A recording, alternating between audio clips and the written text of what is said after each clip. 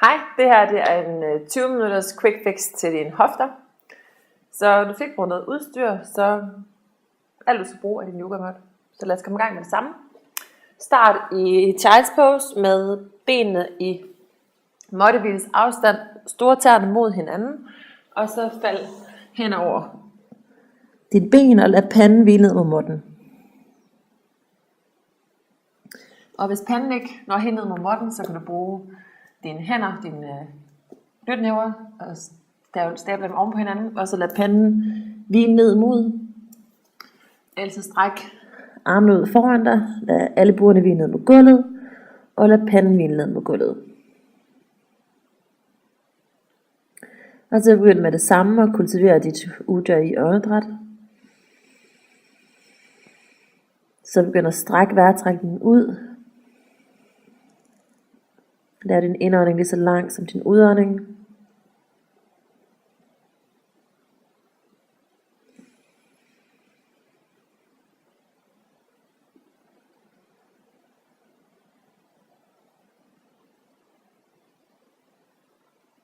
På din næste indånding løfter du panden og hovedet op fra gulvet og strækker armene længere frem. Lad hofterne blive tunge. Så løft albuerne op fra gulvet og kom op på fingerspidserne. Kig lige frem. Og på en indånding kom hele vejen op. Kom op på alle fire. Placer hænderne under skulderhoderne, knæene under hofterne i hoftehvilesbredde, ligeledes hænderne, skulderhvilesbredde. På en indånding svej i ryggen, kig op, lad hjertet smelte ned mod gulvet. På en udånding, pres ned gennem hænderne, kig ind mod navlen, rundt ryggen og spred skulderbladene fra hinanden. Indånding svej, kig op, og på en udånding rundt.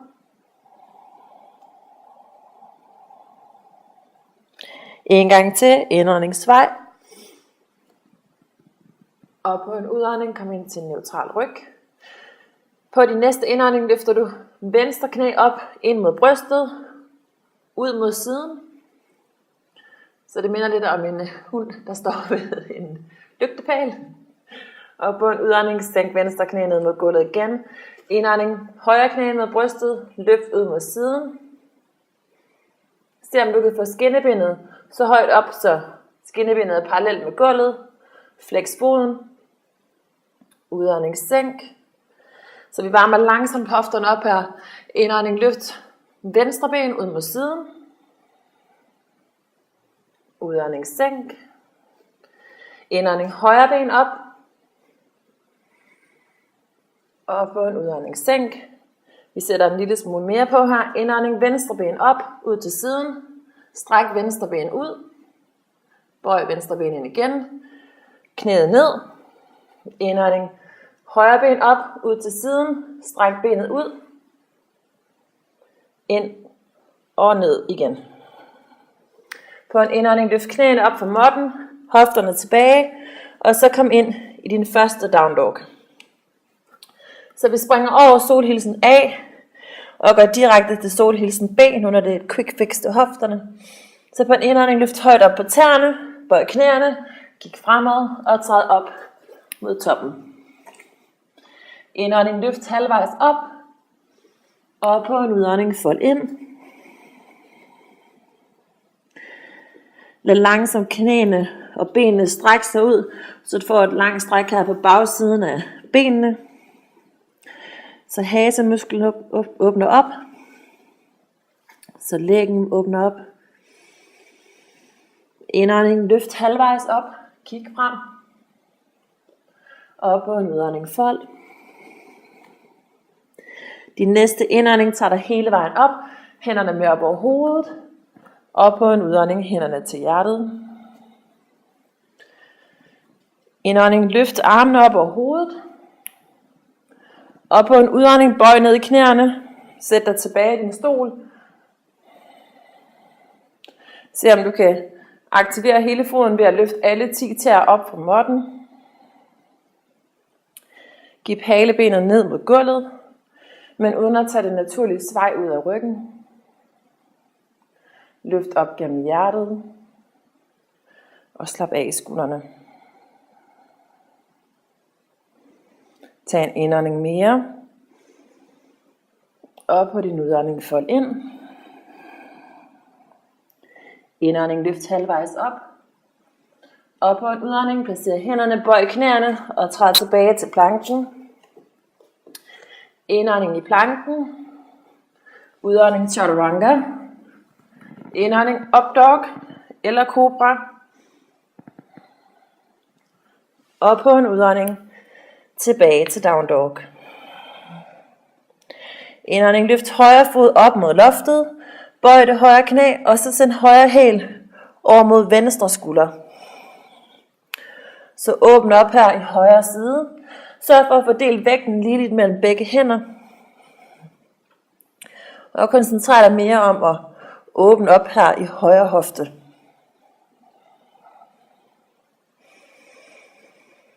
Tag en indånding mere. Og på en udånding højre fod ned mod gulvet. Indånding venstre fod op. Bøj det venstre knæ. Venstre hæl mod højre skulder. Åbn op i venstre side.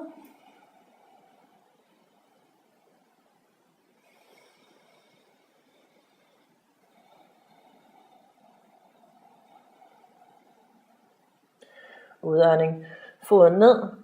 Indånding venstre fod op mod loftet. Udånding højre fod op mellem hænderne. Venstre knæ ned mod gulvet. Og så placer hænderne oven på højre lår. Sænk venstre hoftebøjer ned mod gulvet. Brug hænderne mod højre lår til at presse ned gennem låret, samtidig med at du løfter op gennem hjertet.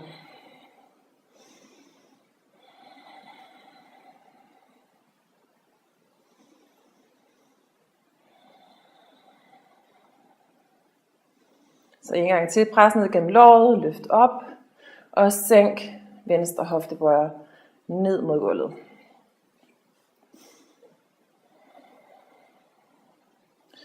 På en indånding, løft op, tilbage, send hofterne tilbage, juster så venstre hofte ovenover venstre knæ, stræk det højre ben ud. Hvis du er hypermobil og har tendens til at overstrække benene, så har en mikrobøjning i højre knæ her. Indånding løft op, forlæng det på rygsøjlen ud gennem lænden, og på en udånding fold hen over det højre ben. Sørg for at hofterne bliver parallelle, så send hofterne mod højre.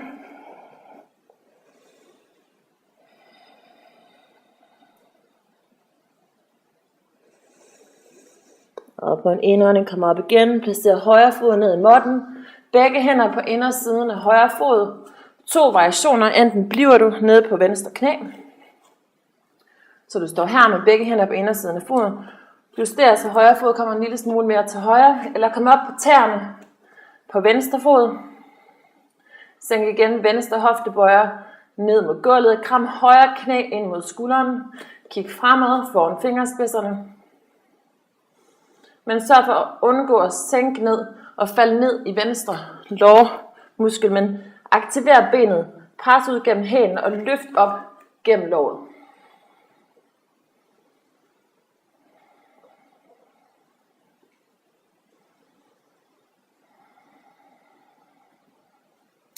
Og så lige meget om du er på tæerne eller på knæet, så flytter du vægten over i venstre hånd.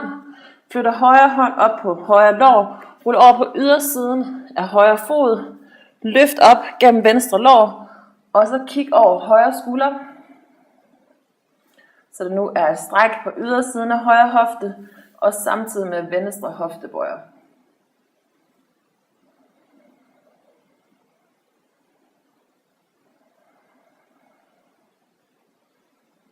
Indånding. Placer højre fod ned igen. Begge hænder i gulvet. Højre fod tilbage til venstre. Indånding i planken. Udånding sænk. Indånding up dog eller cobra. Og en udånding tilbage til down dog. Indånding venstre fod op mod loftet. Udånding venstre fod op mellem hænderne. Højre knæ i gulvet. Løft op, placer begge hænder på venstre lår. Sænk højre hoftebøjer ned mod gulvet. Begge hænder presser ned gennem venstre lår, så du løfter op gennem hjertet.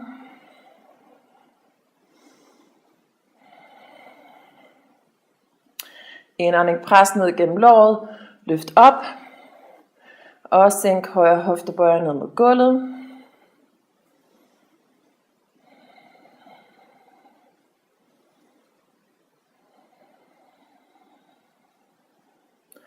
På din næste indånding, løft op igen. Send højre hofte, eller begge hofter tilbage mod bagenden af måtten. Juster så højre hofte er oven på højre knæ. Flex den venstre fod. Igen mikrobøjning i venstre knæ, hvis det er nødvendigt. Indånding, løft op. Forlæng rygsøjlen. Og på en udånding, fold over venstre ben.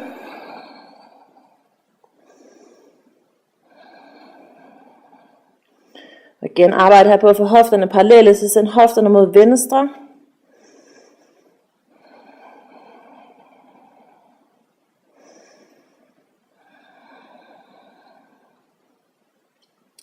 Og så tager du en indånding mere. Kom op, placer venstre fod i gulvet. Løft op igen. Enten højre knæ i, eller op på tæerne på højre fod. Venstre fod mod venstre, så der er plads til begge hænder på indersiden af foden. Løft op gennem højre lår. Kram venstre knæ ind mod venstre skulder. Kig frem foran fingerspidserne.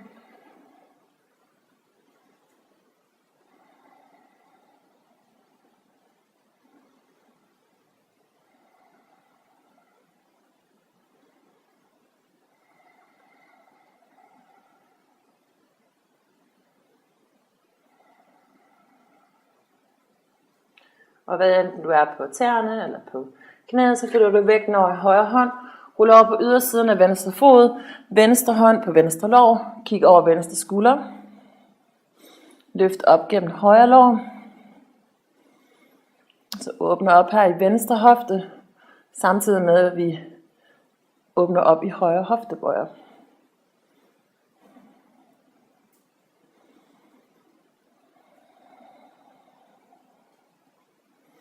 Indånding tilbage gennem midten. Placer hænderne. Venstre fod tilbage til højre. Indånding i planken. Udånding chaturanga. Indånding up dog eller cobra. Og på en udånding tilbage til down dog. Indånding højre fod op mod loftet. Og på en udånding højre knæ mod højre håndled. Flex den højre fod, så du beskytter dit knæ. Indånding, løft op gennem midten. Og på en udånding fold.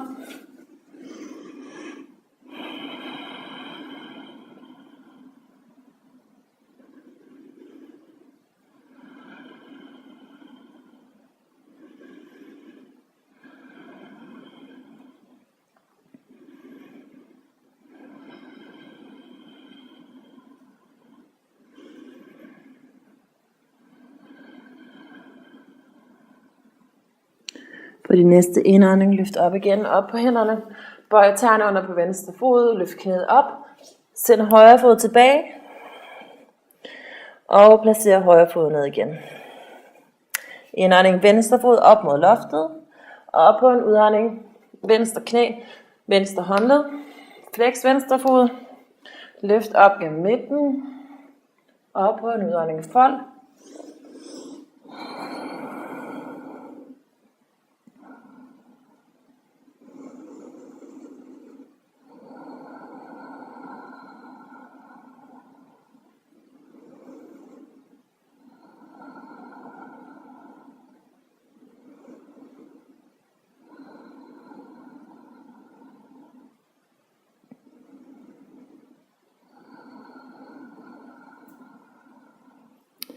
På en indånding, løft op tilbage gennem midten. Placer hænderne, bøj tæerne under på højre fod, løft knæet op. Og send venstre fod tilbage. Venstre fod ned i måtten igen. Og så placer knæene ned i måtten. Og så skal du over på gulvet ved siden af din måtte. Det er langt det nemmeste, det er, hvis du har et glat gulv, et trægulv af en eller anden slags, eller det kan også være, det kan lade sig gøre på et gulvtæp, men godt råd er at kravle af måtten i hvert fald. Så skal du have benene ud. Først ser du lige fra den her vinkel. Så knæene og fødderne peger ud til siden, så der er en lige linje fra mit knæ ned mod hælen, og så er fødderne flexet. Så er der igen en lige linje fra hofte og ned mod knæ. Så alt afhængig af hvor fleksibel du er, så vil du opleve, at du kan enten komme langt ud med knæene, eller du vil stå lidt mere op på alle fire. Men, kom om her, så knæene ud til siden, fødderne ud til siden, og vi skal ikke være ret lang tid. Og så hvis det er behageligt, enten bliver du op på hænderne, eller så kan du komme ned på underarmene. Men find et sted her, hvor du kan slappe af, hvor du kan lade hovedet og nakken hænge. Og så med det samme luk øjnene.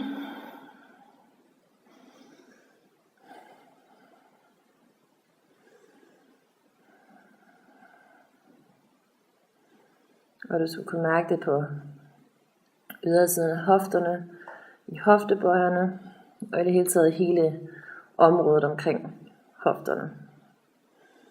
Det er en intens hofteåbner, hvorfor at vi også slutter af med den.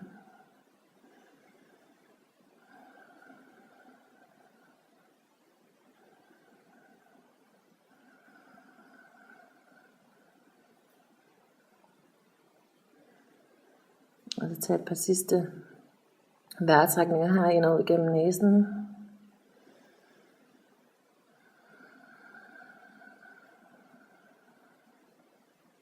Og så på det næste indånding flytter du vægten over i hænderne eller underarmene, så du kan løfte op.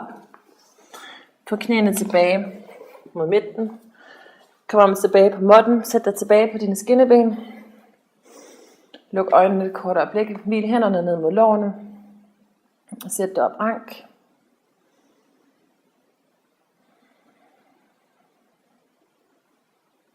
Og så blink øjnene åbne igen. Så kom om på bagdelen. Stræk begge ben ud foran dig. Slutter af med en foroverbøjning. Så sæt armene på. Og så på en indånding løft op. Og på en udånding fold over benene.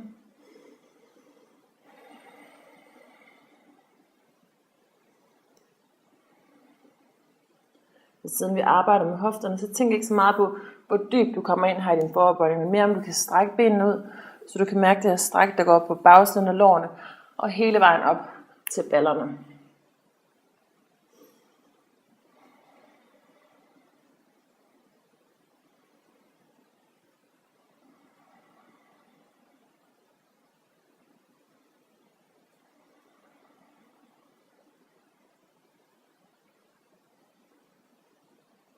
Så på din næste indånding, løft op, tilbage gennem midten. Kom om på ryggen og lig. Træk knæene ind mod brystet.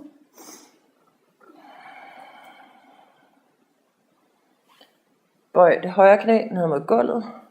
Træk højre knæ ind mod brystet. Tag fat omkring stortåen med pegefinger og dine lange fingre. Og så stræk højre ben op mod loftet. Lad venstre arm falde ud til siden.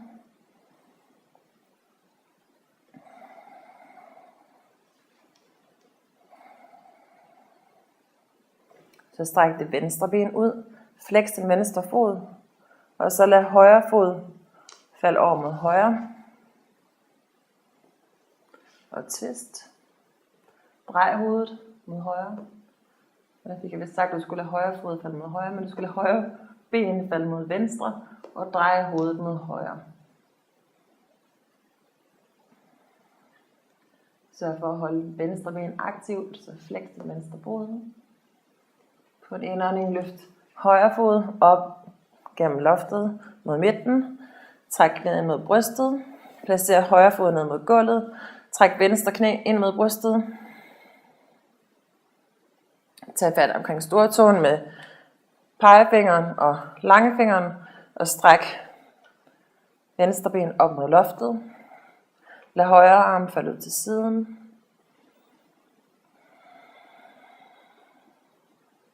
Så stræk det højre ben ud.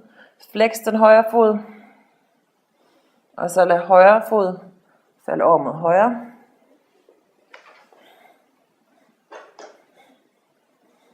Drej hovedet mod venstre.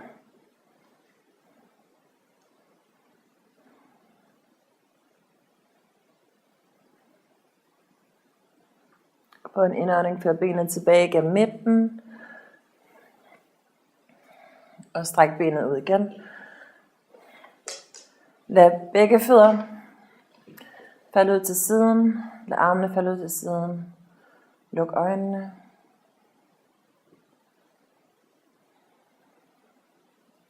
Og giv med det samme slip på din vejrtrækning ind over gennem næsen. Og overgiv dig her til Shavasana.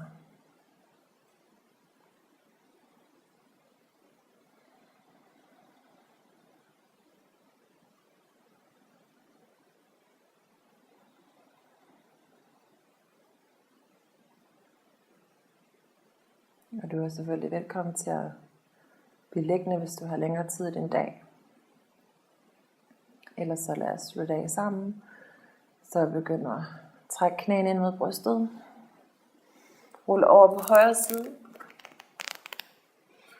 Og så pres dig selv op til en behagelig sidestilling. Med benene over kors. Lad øjnene være lukket. Sæt dig op rank. Lad hænderne hvile mod din knæ. Og så lad hænderne møde hinanden foran hjertet. Bøj hovedet. I taknemmelighed for at dedikere den her tid til dig selv. Til at tage vare på dig selv. Namaste.